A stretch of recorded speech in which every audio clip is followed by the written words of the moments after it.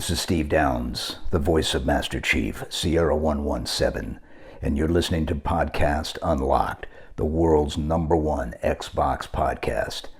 Now, finish this fight. Master Chief, out.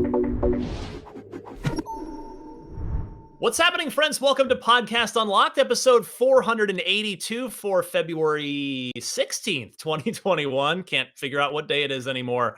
I'm Ryan McCaffrey, joined by two of my usual guests this week. Of course, Miranda Sanchez, hello. Hi. And Cam Hawkins, welcome back, my friend. Glad to be back. Well, a quick update for everybody. Actually, there's sort of two housekeeping notes. One's personal and one's about the show. Let me do the show one first. So it turns out last week's main conversation, the show was titled about with regard to us wanting a Halo horror game in response to a job listing for a producer title at 343. Turns out that was just for Halo Infinite. So maybe there still is some other Halo project spinning up, but maybe not.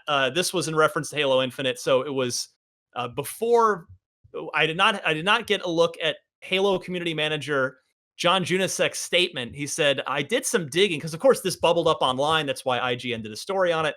I did some digging and was able to confirm that this is a role for Halo Infinite. It's our standard boilerplate language for job listings. But Miranda, we still want a first-person Halo horror game, yes? Yes, please. I will take that. Yeah, so forget last week's conversation, but also don't, because we still want that first-person Halo horror game.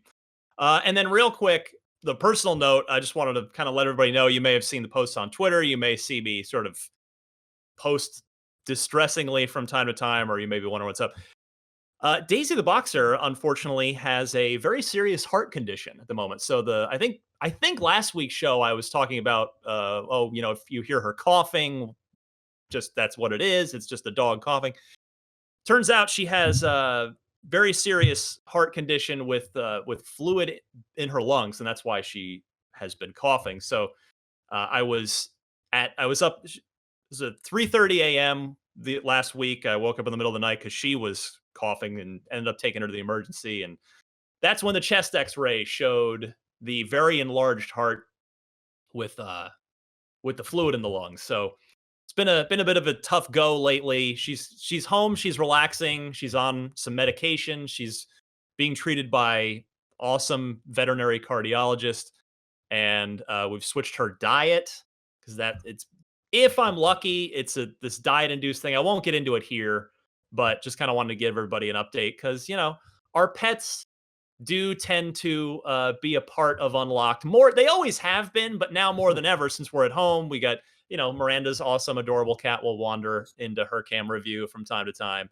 And sometimes you'd hear Daisy. So she's here, she's resting, and I'll take any good vibes, good thoughts anybody's got, because Daisy could use them. She's only 3, and she's, we don't know what the future holds.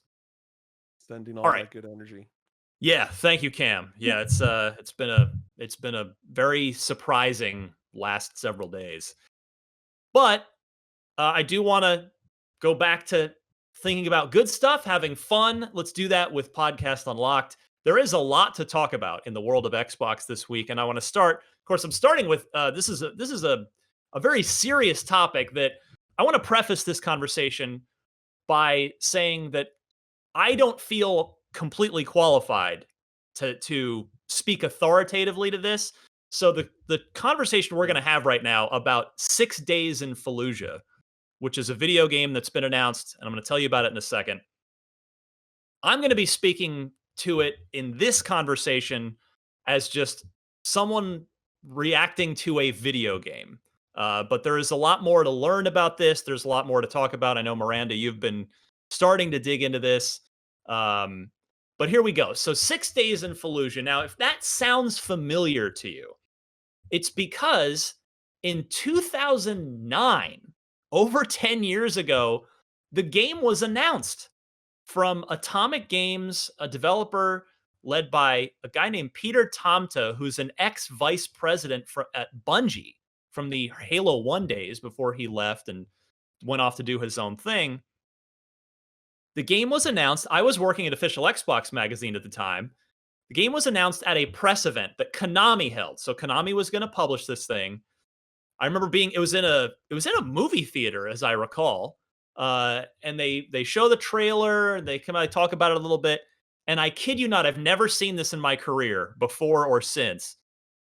2 weeks later, the game was canceled. There's a nope, not doing it, not happening. Thought it was dead. Obviously it's set in a very real battle in the Iraq War. That is the participants of which, many of the survivors, are very much still with us. This is not a World War II situation where this is a couple generations ago. But now it's back. The game is back, still with Peter Tomta, and he's working this time with Highwire Games. Now, you might not know who Highwire is. Their one and only game thus far was a I believe 2019 VR game for PlayStation VR called Golem, which quite honestly was pretty forgettable. It just didn't do much. But why Highwire is interesting is because it's founded and staffed by a number of ex-Bungie people, including Jamie Griesmer, who was the combat designer on Halo 1, 2, and I believe 3. He's the 30 seconds of fun guy.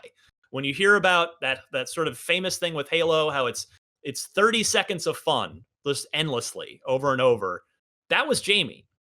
And then another staffer at Highwire is Marty O'Donnell, in my opinion, probably the greatest video game composer around. And now Peter joining them as well. So this thing is back. And so let me just read you a little bit. I know I'm talking a lot here. I want to get Miranda and Cam into the conversation. So it is a tactical shooter. It is a first-person shooter. And it is, of course, based on events that took place in 2004 during the second battle for Fallujah in Iraq. They say, designed with accuracy in mind, over 100 Marines, soldiers, and Iraqi civilians have been interviewed to ensure authenticity.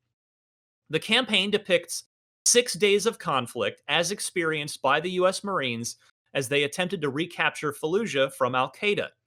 To simulate the battle, the developers at Highwire claim to have created, quote, unique technologies and game mechanics designed to replicate the uncertainty and tactics of modern combat in a way other games do not. So, Miranda, I want to go your way first. The reaction to this game, as it was in 2009, has already been very divisive. There are a number of people who are not thrilled that this game exists at all. Yes, and I think those concerns are very valid. And before we get into like the nitty-gritty of this, so maybe new listeners know, like I'm like one of the Call of Duty people here. I enjoy military shooters. I think what they're trying to do with this, at least I've seen from quotes from Peter specifically from different articles, mostly from Polygon, was that their goal with this is to take games to a historical perspective and be like, well, why can't games get into the history of military shooters and really put you there and teach you something?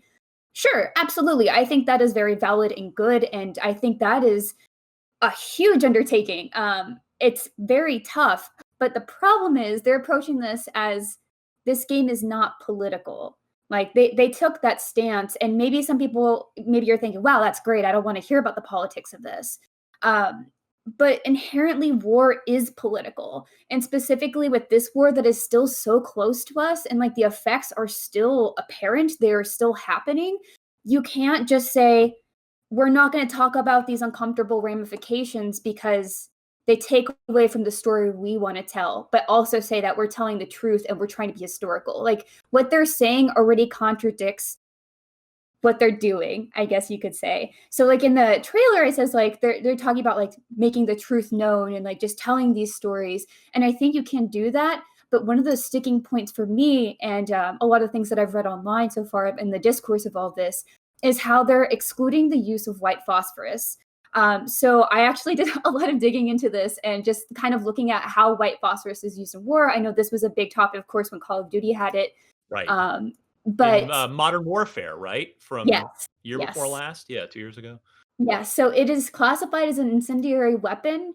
and it is used for like smoke screens and for lighting up areas. It is not technically illegal in some of the things. There's a lot of discourse around that as well, and just like whether or not it should or could be used because of like the chemical effects that happen from it, even though it is an incendiary weapon and not a chemical weapon. Anyway, so the point of that is in the Battle of Fallujah, this white phosphorus was used. And in Fallujah, it's, a city setting. So you're essentially like using this in a very tight area. And like they're trying to, use this against their enemies, but there's a lot of civilians there. I think there's also a lot of good research on like the civilian casualties there, and maybe not even good research, not even good enough research about like the civilian casualties here. So this is also dealing with a lot of really heavy stuff. And the white phosphorus part of it was so huge. However, Peter has already said that they don't want to have that in this game because, and here's a quote from Polygon from Peter, there are things that divide us, and including those really divisive things, I think, distracts people from the human stories that we can all identify with, which one, I cannot identify what it's like to be within war. I can't identify what it's like to have my city under attack. And I think you can try to like make that understandable, but there's no way you can just like identify with that human story. I think the human story of suffering, sure, but I think the approach here is just too unrealistic in a way, if that makes sense. Right. And then the quote continues, I have two concerns with including phosphorus as a weapon. Number one is that it's not a part of the stories that these guys told us, so they're interviewing people, so I don't have an authentic, factual basis on which to tell that. That's most important. And then the number two is about sensation. This is paraphrasing. Number two is about sensational types of things to distract from the parts of the story, essentially, that they want to tell, which is, again, bad because that means that they are not trying to just tell the truth or a factual game that is set in history and really trying to bring that to light. They have an objective here, and they've already said that. Right. It's so it's sounding like a revisionist take on this. Yeah, and I think if you want to tell a fictional version of this where you're excluding a major part of this battle, then that's what they're showing. But they keep saying that this is like the truth. These are these stories. And I think given that and what they've said, like what they've shown versus what they've said, it just lends to a very pessimistic view of that. And I think that's fair. And I think it's fair, especially if you want to do this. If you want to make video games incredibly serious, if you want to take on history, then you have to be ready for those criticisms. And I think conversations are important. And I hope that if there's somebody out there, I think there's a lot of really great historical games that have been done artistically to give you that human perspective so you can understand and empathize and learn, and not necessarily just identify, because I don't think I could really identify. I think that's inappropriate to say that I could identify with somebody who has been in a battle like that. I cannot even imagine. And playing a video game won't necessarily help me with that either, right? I think video games are a fantastic medium for putting yourself in the shoes, for giving people agency in something, and they can help you understand to an extent. But I guess for me, it's like emphasizing that even with this setting, you have to be really careful about that, because I think it's teaching, but you can never really fully understand that. And I think it's important to separate that. Anyway, I have a lot of thoughts, and there's still a lot of more research I'd like to do on this, but I'm curious what Peter will say going forward. Like, he is the head of the publisher for this game, so I would actually also like to hear more from the actual development team and hear what their thoughts are on it. So hopefully that's something we can get to soon as well. I apologize that this is long. I did do a lot of research on it, even practice this, because it is very serious. I'm trying to do my best with this. There are people, there may be listeners there that were there. We may have listeners that fought in this, that, this is not Call of Duty. I know you're making the reference to Call of Duty that, you like military shooters, and this is a genre that you enjoy and you are knowledgeable on. But yeah, like, Call of Duty is fiction, and that is, there is a big difference there between what Call of Duty is doing and what this game is attempting to do. And you mentioned there are other games that have tried to go the historical route. I want to talk about one of those in a few minutes. That is an Xbox game. That's specifically an Xbox game. But we'll get to that. First, I want to go to Cam. Cam, what do you make of this so far? I mean, I don't know if you have any sort of familiarity with this historically, or if you're kind of coming at this from just what is this like as a game perspective, but what were your thoughts on it? Yeah, well, yeah. So for me, I'm not not super knowledgeable on it. Like I was probably like 10 when this battle happened. So I was a kid and things like that. But I think like Miranda like did great work like educating me on a lot of things as well. Cause uh but like I think the main gist is like, yeah, like you can't make a game based off of a real life war that's like based off a true story and then say like it's not political, because like again, like what Miranda said, war is, there's a political objective to going to war with someone, whatever it may be. And I agree that like you can't like cut corners to try and say like, oh yeah, this is true, but we're not doing this truth of the story because it doesn't fit, like, because the thing is like, and again, I haven't looked into it, like, are these characters that are like, no, the story's taking place of, are these the actual soldiers that they interviewed and It it's like seemed like it their, from the trailer, yeah, because it's their yeah, and it's actual like faces their that are in the actual game. experience Yeah. with it. So like it's one of those things where I could see, like, I don't know how many soldiers were a part of that battle. I don't. But I could see, like there being a lot more than like, 100, which that they interviewed for, and that's including like the Iraqi civilians and things like that. But you like, so there is a chance that those soldiers didn't experience like white phosphorus, whatever it may be. But I still think that like, you know, like let's just say that we give them that. Like, okay, sure, like all these people didn't experience that. At least mention it. Like mention that this exists. Like mention that this is something that like happened, happened, just to like completely remove the fact that like that is a weapon that was used that probably like killed like those civilians during that battle. Like that, it's just like something that I think that we as Americans, and especially like from the military aspect, just need to accept that like that is something that we did, and we have to like face the consequences, or like the reaction to doing that. So it's one of those things where it's, I am not qualified. I am not fully qualified to talk about this on an educational level. I was not there when it happened. I know people personally that were there when it happened, and they've been talking about it on Twitter, and they're really upset with a lot of things. So it's really like, it's a really heavy loaded topic that like there's just way too much to talk about. But I think that in general, like they're being very coy about like trying to get through the waves of criticism to be like, oh yeah, this game's okay, there's really no issues here when there are. Yeah. Yeah, I mean that's, and again, I'm in a similar boat as you right now in that I actually confess I mean I'm old enough, I mean, but I'm older than you are, but I actually don't know much about this battle. So if nothing else, this game uh is going to, I mean, my plan now, because I'm gonna, this video games are my job, obviously. That's what I'm doing here. And so the game is going to, without even playing the game, I'm going to really educate myself on this and research this, because I do want to sit down with Peter and with Jamie and with Marty. Like I want to sit down with these guys and talk through this, because I know Jamie and Marty pretty well from over the years, from Halo and then from Golem when they spun off to do their own thing. So I do want to educate myself on this and really be able to have a serious conversation with them about it. But yeah, it is. It's a. I mean, number one, I want to ask Peter, what is it about this that he is stuck with this idea and this project for so long? I mean, I can't think of a time.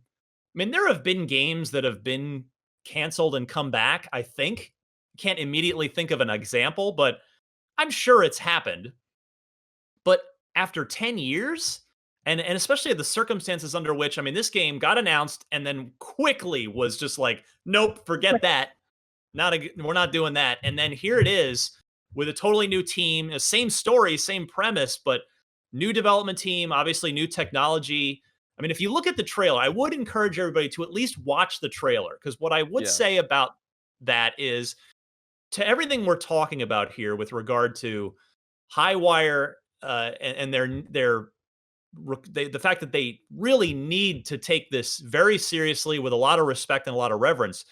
I do think the trailer tries to convey that. You may think it doesn't succeed in that. You may think it does. Yeah. But the trailer shows off what appears to be a very pretty game, and a game that features the likenesses of these soldiers that were there, these real life soldiers. And the trailer has some little interview snippets with some of them. So there is clearly an attempt being made to treat this with the reverence and respect and seriousness with which it deserves. And the game I wanted to circle back to really kind of frame this back in an Xbox video game context. I don't know if this might be too old a game for you two youngins, but I know some of our listeners out there will remember this. There is a game in 2005, I think it was, because I just looked this up again recently, but I reviewed it for OXM. It's called Full Spectrum Warrior. Have either of you played Full Spectrum Warrior?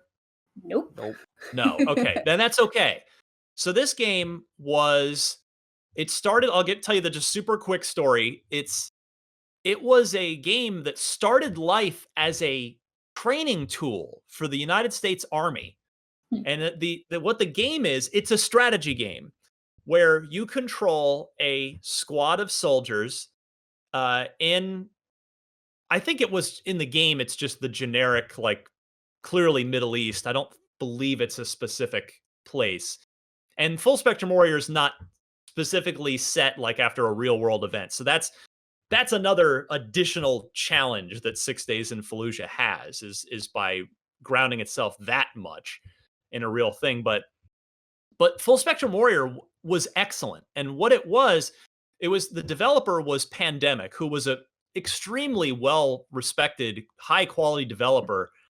They did Mercenaries back in the day. They did, I believe they did Destroy All Humans. I think that was them. But they did Full Spectrum Warrior. It was a training tool that the military used for, because the game is, you're moving through these combat zones and it's literally all positioning. You don't actually officially like pull the trigger to shoot. You kind of do. You kind of can go into like a camera mode and then say you want to kind of shoot in this area, but you're not actually aiming and shooting in Full Spectrum Warrior. But it's a tactics game. Like, if you screw up, if you put your guys in the wrong spot, they're going to get shot and killed. And it is a really serious thing, even though these aren't, I mean, they're not real people, but it's Full Spectrum Warrior, I think, did a great job in its day of treating this real military thing with respect and reverence.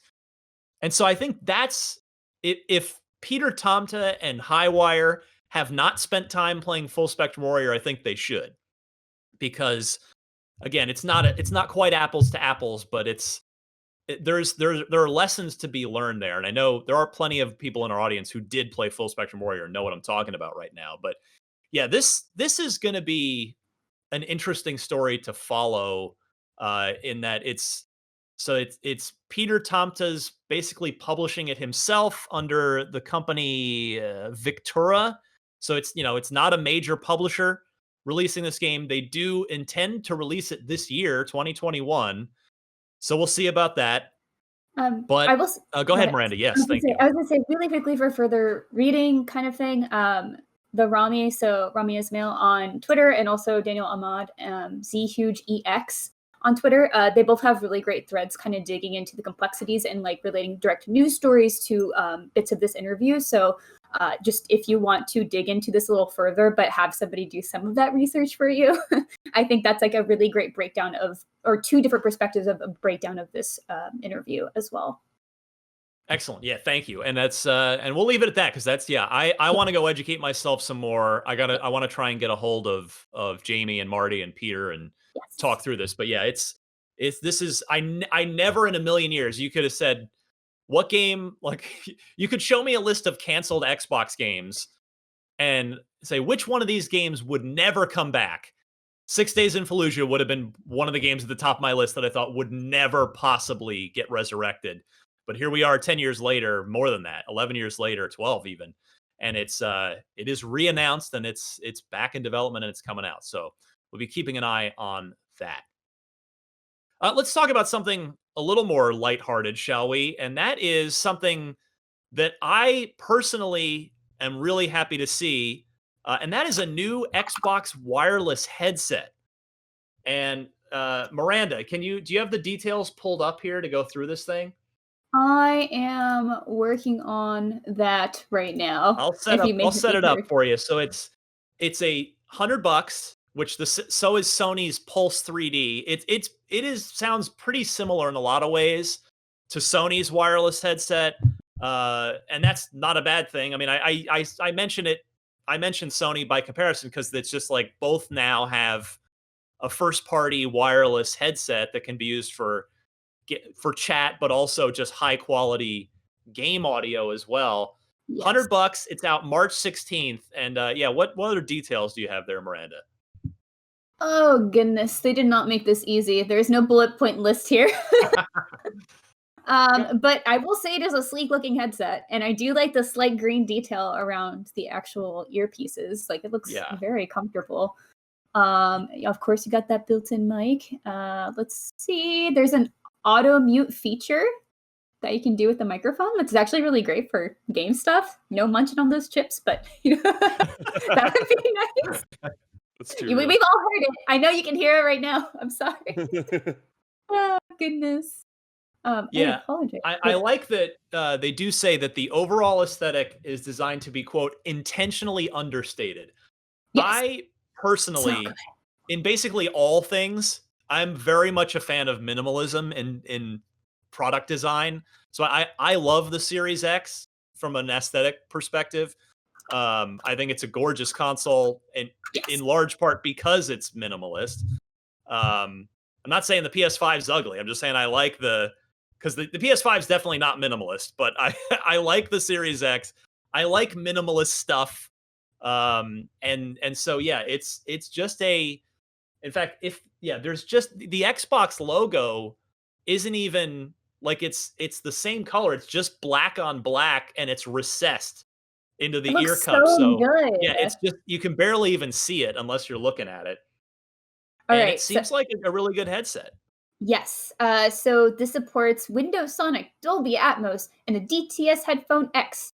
A trio of 3D audio systems available on Xbox, says our IGN News story. Yeah. Also, some other cool things is that you can also connect to your phone and the console at the same time. This is the best part. So if you have your phone ready, it's just like, man, I want to talk on Discord. This is my place. This is where we're connecting already. So you can have it connect to both places at the same time, which is huge. Or listen to music off your phone too, right? Yes. You do it that way. That's so nice. Yeah, I like that a lot. Now, Cam, do you think what's your sound setup? Are these appealing to you? Yeah, so like, I do a bunch of gaming on my PC, like through streaming and things like that, but I still have I have my Series S out here. I have my Series X in my bedroom. So this is like a great, I use my Astros for like my workspace for the most part. But like this is a great little headset that's not super expensive that I can also buy that specifically for my like couch gaming my couch gaming sessions. And again, like with the amount of support that it has, it's wireless, which is huge. Like I hate wired headsets so much. Mm-hmm. So that's huge. All for $100. Sign me up. I'm down. I'm ready. Yeah, you got to go wireless in 2021. I mean, there's just you can't sell a wired thing anymore. I hate that I want these because I shouldn't have to want them, because if the Series X just had an optical port, I could just use my old Astros. And I know some of the newer Astros can get a firmware update and they can work with the Series X. Mine are too old. So I have actually, since launch, since November, it's been 3 months. I've just been using TV audio which, I mean, most of the time I'm on it is after my wife and daughter go to bed. So it's been not ideal for me. So these, I don't like the the reason that I want them, but they do seem great. And they seem like they're checking off all the boxes that Miranda talked about. These seem excellent. I cannot wait to get my hands on these. So again, we got exactly 1 month to go. They're out March 16th. I also like how the mic folds up and into the actual earphone. My only concern with these is that I have a very small head, so I don't know if these would fit me comfortably, but I do like them. And there are some photos of some female models wearing them, and that maybe looks like it would be too big for me. But who can say until if I maybe buy it? Who knows? Well, I will say, optimistically speaking, Miranda, Microsoft has not just said but shown a big focus on accessibility. Whether Yes. it's they tweak the Series X controller down to be a little more ergonomic with more types of and sizes of hands, and all the other various of course there's the accessibility controller. Even the packaging. We saw remember when we got our Series X's and how all the accessibility stuff on the packaging. So I would imagine that they've taken something like that into consideration. So I'm hopeful that these are going to work well for you. I'll say so too. Yes. So yeah, if you want, they can pre-order them now if you're interested. I am going to do that. See if I can if I can't get a review unit from Microsoft, and if not, I'll probably end up just buying them because these totally solve my exact problem, which makes me happy. Let's move forward here. Everybody likes it when we talk about Bethesda because that's the big joyous megaton celebration that we all got to have fun with late last year when Microsoft acquired all of ZeniMax. Well, legal documents indicate that Microsoft intends to create a new wholly owned subsidiary called Vault to complete its ZeniMax Media acquisition. It's not clear if ZeniMax will be known as Vault after the deal closes or if this is just some sort of like umbrella thing or what. But apparently the European Union, so on the Europe side of things, currently deciding whether to approve the $7.5 billion acquisition that we found out about back in September. Documents seen on the EU law website refer to the logistics of the acquisition, mentioning a merger pursuant to which a newly created Microsoft subsidiary, Vault, will be merged with and into ZeniMax. So it's not quite clear exactly how that's going to work, but the Vault subsidiary would be certainly a good way to house Microsoft's new acquisitions under one quasi-independent banner, affording ZeniMax Studios a level of freedom while still being owned by Microsoft. And it does, the text explicitly states in this legalese that Microsoft will acquire, quote, sole control of the whole of ZeniMax. The document suggests they will be accomplishing this via the Vault subsidiary. So as soon as this thing passes all the legal hurdles, I'm sure we will hear more. Cam, Microsoft seems to have a thing for naming companies after the games they work on. Yeah, or the parts of games. Yeah, it's it's cool. Like I'm down about it. Like it's one of those things where like 343 I get 343 Guilty Spark. Like the Coalition I get the Vault. The Vault is just like it's cool because I guess I feel like people. I don't know. I think that's an interesting poll. Like how people would people see when people think Bethesda, do they think Fallout or do they think Elder Scrolls more? Because to Right. me, as someone who doesn't really play either because arachnophobia things, from an outside perspective, I see it as Elder Scrolls. I see that Elder Scrolls is like the bigger franchise under Bethesda. So, but I feel like that Vault is just like more. But it's an easier name to come up with, I guess. Yeah. Maybe that's it. That they decided to do it under Fallout because Fallout is still iconic. Like that's definitely not a bad move. But it's cool. It's great. Seeing this acquisition finally like slowly but surely wrap things up and get the little bow on top. And at this point, it's just waiting to see what who Microsoft is going to acquire next. Yeah, I guess if they'd gone the Elder Scrolls route, a subsidiary called Fusro Da doesn't really roll off the tongue quite as easily, does it? Dragonborn. Dragonborn. Yeah. Yeah, it's even like turn 10 isn't technically like part of Forza, but it kind of is because it's I believe turn 10. Oh, now I'm blanking. I think it's referring specifically to a turn on one of the super famous tracks. It might be Laguna Seca. I can't remember now, but anyway, yeah, Microsoft seems to have an affinity for naming companies after famous parts of games, but yeah, we should be finding out more about this acquisition finalization fairly soon, and then hopefully that'll clear the way. We'll start hearing about Starfield and whatever else they've got cooking up over there. Next this week, let's see. Yeah, we still got some time. Well, Ubisoft does not want to be quite as reliant on AAA game releases as it has in the past, and will instead look more closely at free-to-play games and its back catalog in order to make money. So, in their most recent earnings call following the company's Q3 financial results, Ubisoft said that its plans for fiscal 22, which is in real life April 2021 through March 2022, included 3 AAA game releases, but in the future, Ubisoft doesn't want AAA games to be the focus of the business model. They say, quote, "We said for a number of years that our normal template is to come with either 3 or 4 AAA games. So we'll stick to that plan for fiscal 2022." This is a quote from their CFO, Frederick Duguay. But we see that we are progressively, continuously moving from a model that used to be only focused on AAA releases to a model where we have a combination of strong releases from AAA and strong back catalog dynamics, but also complementing our program of new releases with free-to-play and other premium experiences. Miranda, does this make you nervous hearing that Ubisoft wants to lean harder into free-to-play and old stuff?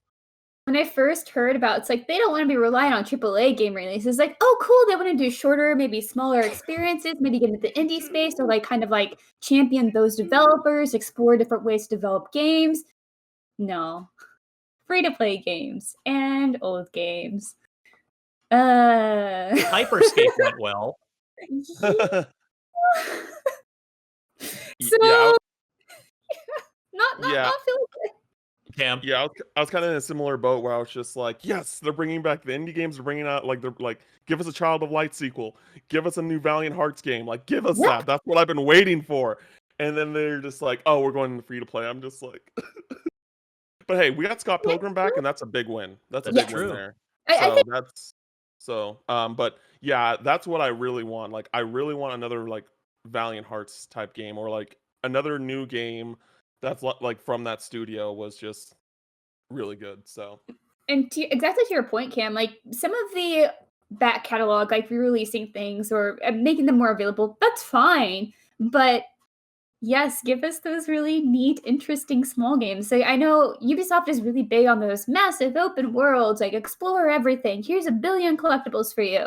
But you could do the other things too. That's also an option. Just throwing that out there. I mean, I get it in a sort of just cold-hearted business sense of Right. AAA game development is extremely risky because it's very expensive, and if something doesn't work, you're out a ton of money. Like, I get that free-to-play is a little more, I guess, just less risky, and certainly mining your old stuff is less risky in that it's known quantity and it's cheaper to put that stuff out. And again, it's not that they're shunning AAA game development, but Right. still, I mean, we saw Cam. I mean, you remember the beginning, the early part of the Xbox One generation when it seemed like Capcom was doing nothing but just like crapping out their old stuff. yeah, like they what it was like they did them. That's when like the Mega Man collections came out, right Yeah. around that time. Because I mean, that was still like it was going on older consoles even before that, I believe, or at least like the Nintendo 3DS. But regardless, yeah, I do remember that, and then people were just kind of like, "What's up with Capcom?" And then like in recent years with like Resident Evil 7, Village, like Yeah, they've uh, come back. they've come back, you know. Uh, but yeah, it's one of the things like I will never complain about games getting ported because I'm like a big person that's like worried about game preservation and things like that. But yeah, I think that a lot of people would get a Child of Light too. A lot of people would buy a new Valiant Hearts, like that umbrella. I forgot what it was called. Like was it like the UB Art, right? UB Arts? Yeah, the UB Arts. Bring all those back. Like let them work on new things, and I'm sure that people would get them. Yeah, it's if they're gonna bring back old stuff. Now they are bringing back Prince of Persia: Sands of Time, which is one of the absolute gems from their back catalog, as a remake too, not a remaster. But Yeah. you guys both remember the reveal trailer for that at the second UB. What the hell were those called again? The Ubisoft press conferences. They I gave think them they're some like name. oh like we can't even remember. That's probably not a good Ubisoft sign for them. showcase or something. I don't know. Like I don't know. Anyway, I yeah. always just call it the Ubisoft press conference. But so it's like, yay, Prince of Persia: Sands of Time remake. Oh, it looks more like a remaster than a remake. Yeah. Well, it had already been delayed once. Now it's delayed again indefinitely. Indefinitely. I mean, that's not to say like forever, but they're not putting a new date on it yet. They say that we have made the decision to shift the release for Prince of Persia: The Sands of Time remake to a later date. The extra development time will enable our teams to deliver a remake that feels fresh while remaining faithful to the original. It was originally going to be out. It was originally going to be out already, and then they'd pushed it to March 18th, and now it's when it's done. But so here's the one. If Ubisoft is going to, and loyal listeners know what I'm about to say, and that's why they're smiling already. If Ubisoft's going to go to that back catalog and they're clearly okay with remaking and not just remastering. You're gonna say Splinter Cell. Yeah, exactly. I am. Yes. Specifically Chaos Theory, because it's the Yeah. best one. Remake it in Unreal Engine 5. You cowards. Do it. I dare you to do it. Now, it's not all that far-fetched because the original Splinter Cell trilogy, including Chaos Theory, was on Unreal Engine 2.5 back in because this is 15 years ago now. 2005 was Chaos Theory. So move it all over to Unreal Engine 5, remake it in there. It would look insane. It'd be the best. You'd be resurrecting the greatest stealth game of all time. That's what they need to do. That's what I'm calling for. And I won't rest until it happens. So one thing I do want to mention as well, Ubisoft Forward. That's what their showcases are called. Ubisoft. Okay. I will say the only old Ubisoft game that I really have any love for is Pets. Like the cats with the Z. Really? I loved those games as a kid. Like that was my thing. Were they on like Game Boy Advance or DS or something? Yeah, they were. They were on different handhelds, and then I think I played it on PC. I don't remember, but I know like specifically Pets with the Z. Yeah, that was the stuff.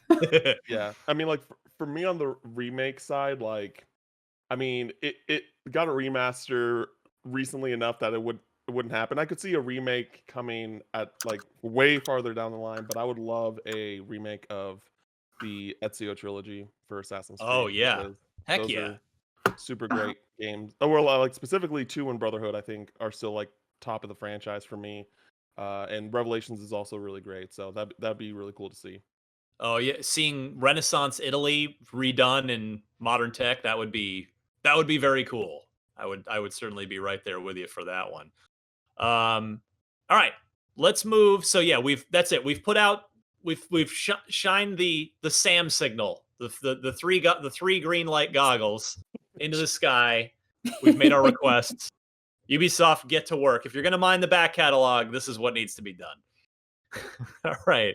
Unlock block trivia time. For a technical reason I won't explain. We're going to have to hold the loot box till next week, but I want your loot box questions, and they're video questions. You get to be on the podcast. You send them in via Yappa. So if you just Google IGN Unlocked 482, you'll find this episode's page on IGN. Go to the bottom, right above the comments. You'll see you can just leave a Yappa video comment and just ask us your question, your Xbox question for the panel, and you might be featured on an upcoming show. But first, Unlock Block Trivia, which we didn't get to last week, so I do want to make sure we get to that today. Brandon Tyrell, who couldn't be on, will unfortunately have to grit his teeth if anybody gets any points this week. Trevor from Saskatoon in Saskatchewan, Canada, asks a very good Xbox trivia question. It's a test of your knowledge of 360 launch titles for both of you. Which of the following games was not released for the 360's launch back on November 22nd, 2005? So 3 of these were out on the 22nd of November on launch day. One of them was not. Tell me which one wasn't. So was it Dead Rising? Was it Condemned Criminal Origins? Game I have very near and dear to my heart. Cameo, Elements of Power. What's up, Rare? And Quake 4. So Cam, I'm going to go your way first on this one. Any thoughts here? Do you think you know this one? Oh God, can you say the answers one more time? Yeah. So again, 3 of these were launch titles. Tell me the one that wasn't. Dead Rising. Okay. Condemned. Cameo or Quake 4. Let me get the scoring pulled up here. I'm going to trust my gut and say Cameo. Cameo is my answer. Miranda, do you know this one? Little Miranda did not have a launch Xbox, and nor does current Miranda. That's me. Know what this is? I'm sorry. I'm very weird. I'm going to go with B, Condemned, because it's near and dear to you, Ryan. Well, I appreciate that. So in 2021, how many shows have we done? We've done like 5 or 6 shows at this point. I know I should learn this by now. I'm ashamed. So far, only Miranda is on the board. By the way, let's let everybody else on notice. Cam, I know you've just been on for a few weeks. I'm gonna cut you a break. Yeah. But Brandon Tyrell, even Destin before he went on paternity leave, Miranda's got 1 point. That is the sum total of our scoring so far up to this point. And now with this week's question, testing your knowledge of Xbox 360 launch titles, you both managed to get it wrong. Oh, I'm sorry. Wait, did one of us did I get it right? Because you made it sound like it's different now. Dead Rising is the correct answer. Dead Rising came out in August of 2006. So within the first year, but not a day one launch title. Yeah, Condemned was day one. Cameo was day one, along with Perfect Dark Zero. There were 2 rare games at launch. And yes, Quake 4, which is, of course, a port of the PC first-person shooter. Raven did that port, and that was out on day one. So, unfortunately, I'm disappointed in both of you. Cameo was the only game I never heard of, so it's just like, that sounds like a launch title game, you know? I was on the fence about Dead Rising, but I just didn't know. I was like, it's hard. Well, sure, yeah, because I knew that Dead Rising 2 was like 2008, so I was just like, well, it's got to be. So when I thought Dead Rising, I was like, oh, that sounds about right. You know, that sounds like a good amount of time in between 2 games. Right. Well, sadly, not this time. But good job, Trevor from Saskatoon, stumping the panel this week. And if any of you out there have an Xbox trivia question that you'd like to try and keep this losing streak going for the panelists, try and stump them. Send your question in. The email address is unlocked@ign.com. Please include your question, 4 multiple choice answers, and then note the correct one in your email. That'll wrap it up. We've got 1 minute left in the show. So for me, you can find me on Twitter if you're interested at DMC_Ryan. I don't think I have any real IGN stuff to plug at the moment, so I will throw it instead to Cam. Yeah, you can follow me on Twitter at CamFinalMix, and I stream on Twitch, twitch.tv/CamFinalMix. Brilliant. Miranda, take us home. You can find me on Twitter, Instagram, and Twitch, specifically every Tuesdays, Thursdays, and Sundays at Havoc Grows, and that's Havoc with a K. Love it. Good stuff. Well, it's we're we're here in February. There is a long, hopefully excellent year of Xbox gaming ahead of us, although it does seem like things are a little quiet for the time being, but seems like there's never any shortage of fun stuff to at least talk about on Unlocked each week. So join us back here next week for what'll be episode 483. But until then, for Cam and for Miranda, I'm Ryan. This was Unlocked 482. We'll see you next week.